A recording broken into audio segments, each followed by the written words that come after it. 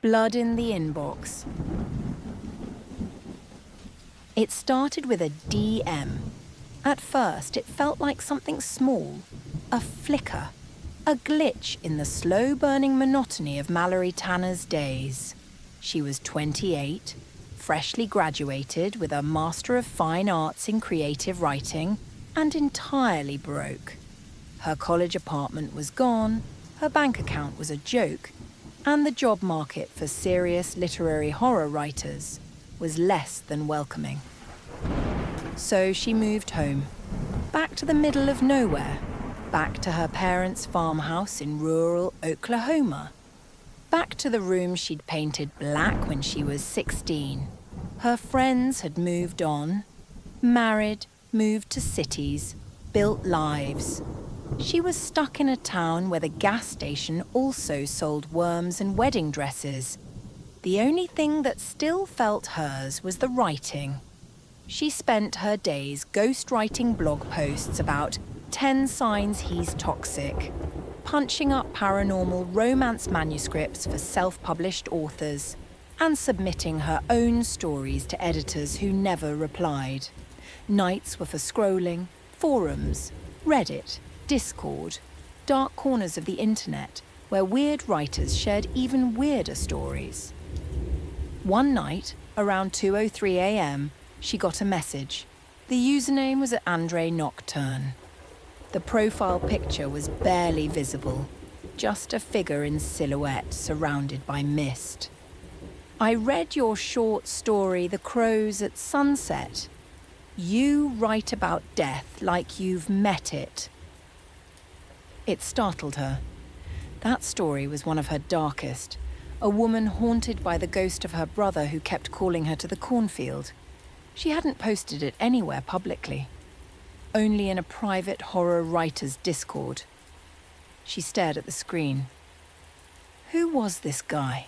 she replied. "Thanks. How did you read it?" "I look for people like you, writers whose words rot." She laughed. Weirdo, but it felt flattering. "What are you, some kind of horror talent scout?" "Something like that." They talked. At first, it was occasional, late nights, conversations about horror tropes, dream interpretation, and how Mallory hated the phrase, strong female character. Andre was intense but smart. He quoted obscure Eastern European novels. He critiqued her work with laser precision, pointing out imagery she didn't even realize she'd written. He said her stories reminded him of old things buried deep in the bones of the land. "You write like someone who's being hunted," he said. Mallory joked it was just Oklahoma. Everything here felt haunted. "You don't belong there," he said. "You belong in the in-between." By the third week, they were chatting nightly. He never showed his face, only audio, or rare glimpses of his silhouette in candlelight. He claimed to be an editor for a literary press across the ocean. When she asked which country, he dodged the question. He said daylight hurt his eyes. He slept during the day. He was always awake with her at 3:33 a.m. Mallory too began staying up all night. Her sleeping patterns flipped. Her skin grew pale.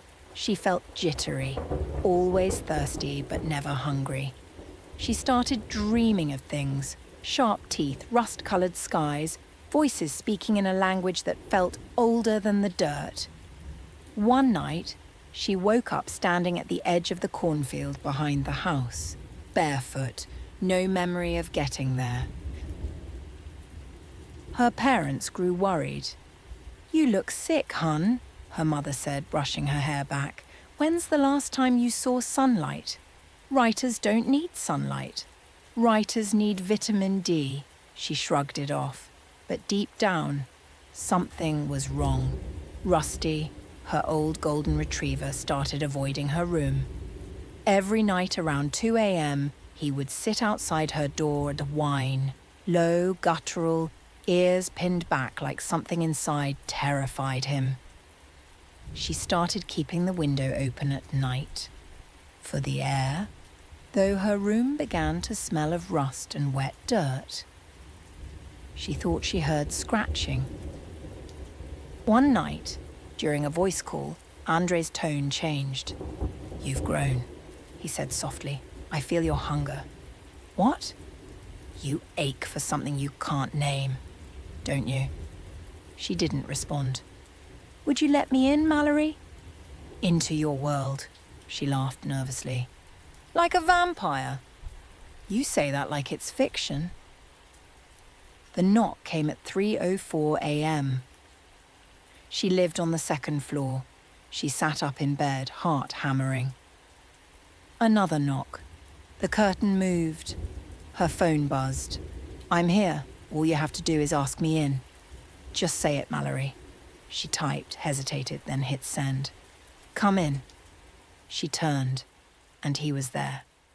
No longer a blur in candlelight. He stepped in through the window like smoke-wearing skin. His eyes were completely black. His skin was the colour of old bones. His smile was wrong. Too many teeth, too wide, like something wearing a human face badly. "You've invited me. That's all it takes." She tried to scream but couldn't. Her body locked. Her mouth opened silently. He was on her in an instant. His hand covered her mouth. The other cradled her throat, not with force, with reverence, like he'd done this 1,000 times. Andre leaned in and whispered in her ear, "You've been writing death, but now you'll write from it." She didn't die. She changed. Weeks passed. She stopped leaving her room, refused food, claimed to be writing. When her parents knocked, she'd shout or ignore them. They heard her pacing all night. Rusty died. Quietly. Just curled up in the hallway and stopped breathing. Her mum cried. Her dad bought more locks, but the locks didn't matter, because Andre never used doors. People in town began disappearing. A meter reader, a girl from the high school, a man who had car trouble on the road by the farmhouse, found later with no blood, eyes wide in terror, throats unbroken but empty. Mallory's stories began getting published again, but they were different. One magazine printed hers alongside a warning. "We do not endorse the content of this submission. We simply couldn't stop reading." Her stories featured women who lure men into mirrors, ghosts with teeth, children who speak backwards and drink moonlight. When her parents read one called Window Hunger, they swore they saw themselves in it. They confronted her. Mallory turned. Her face looked sunken, hollow, her teeth sharper. Her voice wasn't hers anymore. "He's shown me eternity. I was wasting my blood on stories that didn't matter." She smiled. "But now I drink the stories." Her parents left that night. They filed a missing persons report. The police came to the farmhouse 2 days later. They found Mallory's room empty, the bed made, the laptop warm. On the screen was a message window, open and waiting. "Another one has arrived. She's almost ready. At Dr.Nocturnes." Now people share screenshots. Writers, mostly horror authors. They say the message shows up when you post a certain kind of story, a certain tone. You'll get a DM or an email or a comment on your blog. You write about death like you've met it. If you answer, it won't be long before you see him. At the window, at the edge of your dreams, in the lines of your own stories. Some say Mallory's still out there, writing from the shadows, feeding. Her newest pen name? No one knows. but her stories always end the same way. I'm here. Let me in.